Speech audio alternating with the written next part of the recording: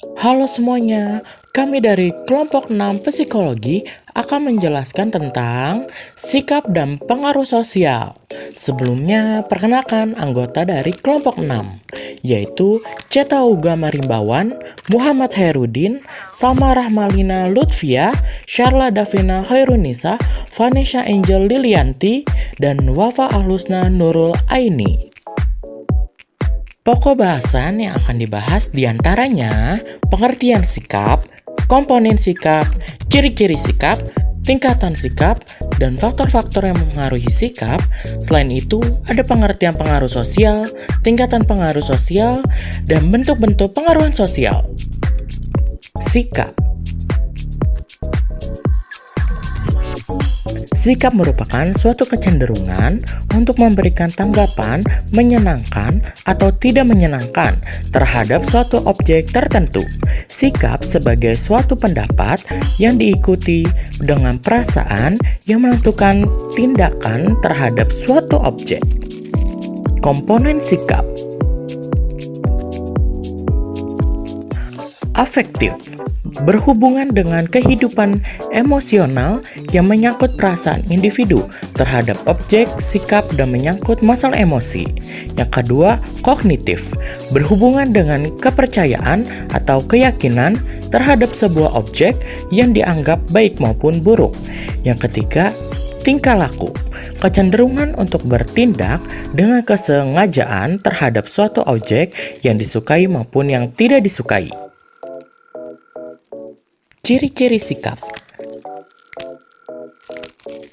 Sikap bukan dibawa sejak lahir, melainkan dibentuk atau dipelajari sepanjang perkembangan itu, hubungannya dengan objeknya. Sikap dapat berubah-ubah, maka itu sikap dapat dipelajari dan sikap dapat berubah bila terdapat keadaan-keadaan tertentu. Objek sikap itu merupakan suatu hal tertentu, tetapi dapat juga merupakan kumpulan dari hal-hal tersebut. Sikap tidak berdiri sendiri, tetapi senantiasa berhubungan terhadap suatu objek. Artinya, sikap itu terbentuk, dipelajari, atau berubah senantiasa berkenaan dengan suatu objek tertentu yang dapat dirumuskan dengan jelas. Sikap mempunyai segi motivasi dan segi perasaan, sifat alamiah yang membedakan sikap dan kecakapan atau pengetahuan yang dimiliki orang. Tingkatan sikap. Yang pertama, menerima atau receiving. Diartikan bahwa orang atau subjek mau dan memperhatikan stimulus yang diberikan objek. Yang kedua, merespon atau responding. Dapat memberikan jawaban apabila ditanya. Mengerjakan tugas yang diberikan merupakan suatu indikasi sikap karena dengan suatu usaha untuk menjawab pertanyaan atau mengerjakan tugas yang diberikan. Terlepas itu benar atau salah. Yang ketiga, menghargai atau valuing.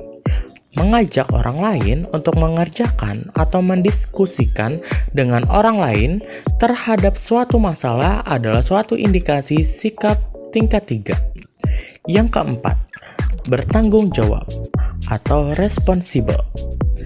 Bertanggung jawab atas segala sesuatu yang telah dipilihnya dengan segala resiko adalah mempunyai sikap yang paling tinggi. Faktor-faktor yang mempengaruhi sikap. Yang pertama, pengalaman pribadi. Yang kedua, pengaruh orang lain yang dianggap penting. Yang ketiga, pengaruh kebudayaan. Yang keempat, media massa. Yang kelima, lembaga pendidikan dan lembaga agama. Yang keenam, faktor emosional. Selanjutnya ada pengaruh sosial. Pengaruh sosial berpengaruh terhadap perubahan perilaku atau sikap sebagai hasil dari interaksi terhadap orang lain. Pengaruh sosial juga berpengaruh terhadap perilaku komunikasi baik secara individual maupun komunikasi kelompok. Seberapa jauh dan dalamnya pengaruh sosial terhadap sikap dan perilaku komunikasi. Nah, di sini ada tingkatan pengaruh sosial. Pertama ada acceptance atau penerimaan. Perubahan yang terjadi dalam diri kita sebagai hasil dari pengaruh sosial disebut dengan penerimaan. Berikut merupakan bentuk-bentuk dari acceptance, yaitu yang pertama ada identifikasi dan yang kedua ada internalisasi. Lalu yang kedua ada compliance. Ketika kita mengubah perilaku dari sebuah sikap secara utuh, maka inilah yang disebut dengan compliance. Adapun bentuk-bentuk compliance adalah sebagai berikut. Yang pertama ada conformity atau konformitas. Berubah sikap atau perilaku disebabkan karena pengaruh kelompok atau group pressure. Lalu yang kedua ada obedience atau kepatuhan. Bentuk yang paling menarik dari compliance adalah kepatuhan, di mana pengaruh individu terhadap individu lainnya adalah hasil dari permintaan secara langsung atau perintah. Lalu di sini ada bentuk-bentuk pengaruh sosial. Yang pertama ada konformitas. Semua perilaku ini kembali kepada norma dan dalam kehidupan yang dapat mempengaruhi seseorang untuk mengikuti perilaku lingkungan sekitar sebagai bentuk dari interaksi sosialnya terhadap lingkungan tersebut. Yang pertama ada pembentukan norma atau non-formation. Contoh, ketika seseorang ingin membeli pakaian secara tidak langsung, orang tersebut akan memilih pakaian yang tren saat ini atau yang paling sering dipakai orang. Sebenarnya bisa saja dia memilih pakaian yang diinginkannya, namun dia lebih memilih pakaian yang sedang tren di lingkungannya. Inilah yang dinamakan konformitas. Lalu yang kedua ada tekanan kelompok atau group pressure. Terkadang kelompok-kelompok itu hadir dan lain waktu kelompok itu hanya imajiner. Meskipun individu berada di antara orang-orang yang tidak dikenal, individu secara sosial terpengaruh untuk melakukan konformitas dengan norma-norma yang bahkan ketika subjek dapat melihat realitas yang ada. Lalu yang kedua ada kepatuhan. Faktor-faktor yang mempengaruhi individu untuk patuh dan tidak patuh antara lain. Yang pertama, ada sosok berwenang. Semakin tinggi kemungkinan individu untuk patuh, sebagian studi menjelaskan bahwa seseorang akan menuruti perintah dari orang yang diyakini memiliki wewenang dengan melihat dari pakaian atau seragam, atau dari syarat lain, tanda pangkat, bahasa, atau gelar. Lalu yang kedua ada dukungan kelompok. Dukungan kelompok berpengaruh terhadap kepatuhan. Makin banyak anggota kelompok yang patuh, makin banyak pula anggota yang lain juga ikut patuh. Demikian pula sebaliknya. Lalu yang ketiga ada kekuasaan sosial.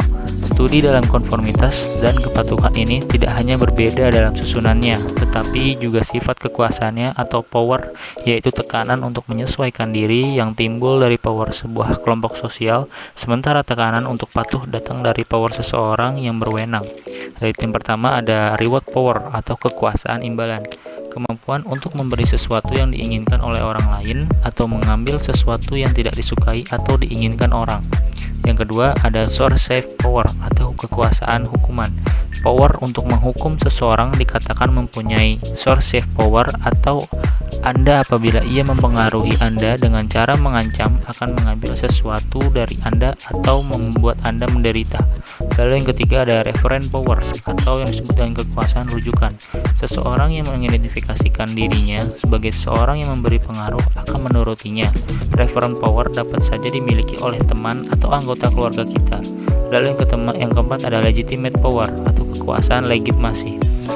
Contohnya, seperti orang dosen punya legitimate power untuk menentukan tenggat waktu pengerjaan tugas untuk mahasiswanya. Legitimate power dibatasi oleh peran yang dimiliki seseorang. Dosen tidak punya legitimate power untuk menjadikan mahasiswa sebagai susuruhannya.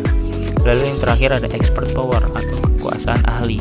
Didasarkan atas keyakinan seseorang bahwa pemberi pengaruh mempunyai pengetahuan yang tinggi atau keahlian di suatu bidang tertentu yang berkaitan. Contoh, ketika seorang dokter menyuruh pasiennya untuk menurunkan berat badan, maka pasien tersebut akan menerima saran ini. Sekian yang bisa kami sampaikan. Selebihnya mohon dimaafkan. Terima kasih.